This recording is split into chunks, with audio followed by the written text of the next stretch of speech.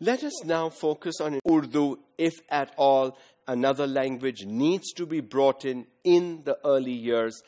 Otherwise, I strongly recommend another language should be brought in from grade 1. Grades 4 and 5 can follow a transition from mother tongue into Urdu. So, again, this is a recommendation that comes from a report, and what they say is that continue mother tongue up to grade 3. And then from 4 and 5, bring in Urdu. At this level, the students have had 5 to 6 years of education in the mother tongue. Of course, the key is, do we have materials up to grade 3 in the mother tongue for teaching and learning? If we don't, as I said earlier, a teacher alone is not going to suffice in the classroom. From grade 6 to 8, the medium of instruction can be fully in Urdu, and English will be taught as a subject from grade 1 onwards. So again, the focus is on developing the mother tongue and Urdu and building English along as a subject. So there is less pressure on young children to understand another language, a new language, a different language, and then also to understand the particular subject, math or history or Islamiyat or geography or physics or whatever the teacher is trying to teach in English.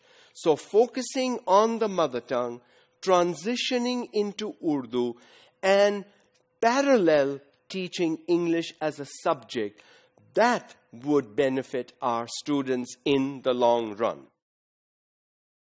There will be provision for language transition from the mother tongue to Urdu and or English from grade 4.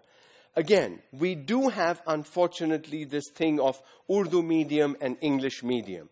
And so, parents who want to send their children to English medium schools are kind of flustered at times as to why the teaching of all subjects is not done in English from the very beginning. If the child has developed some ability of reading, writing, understanding, and thinking in English from home, this may be beneficial. If not, it is not going to help the child.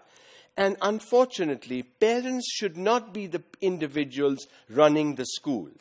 The heads, the principals, the teachers, people in education should be the ones running the schools.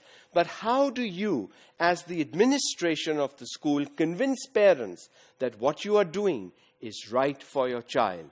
You see, having an understanding of what works, proving, showing them that these are our results, this is what we've achieved, this is what we've done, satisfies parents.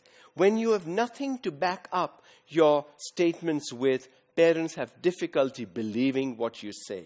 So, regardless of Urdu or English, whether we do it from class 1, whether we do it from class 4, whether we do it from class 6, the key to remember is, for a child to be successful, early years education must happen in the mother tongue. Transition by grade 3 or 4 should happen in another language. Hopefully, in our case, it is Urdu. And English is taught simultaneously, parallel, along with the other tongue, as a subject only. And only after 4 or 5 years of the students learning English as a subject can the school transition into making some subjects taught in English. And then eventually, by the time you get to high school, to secondary school, everything can happen in either English or in Urdu, depending on the language the schools have chosen to use for instruction.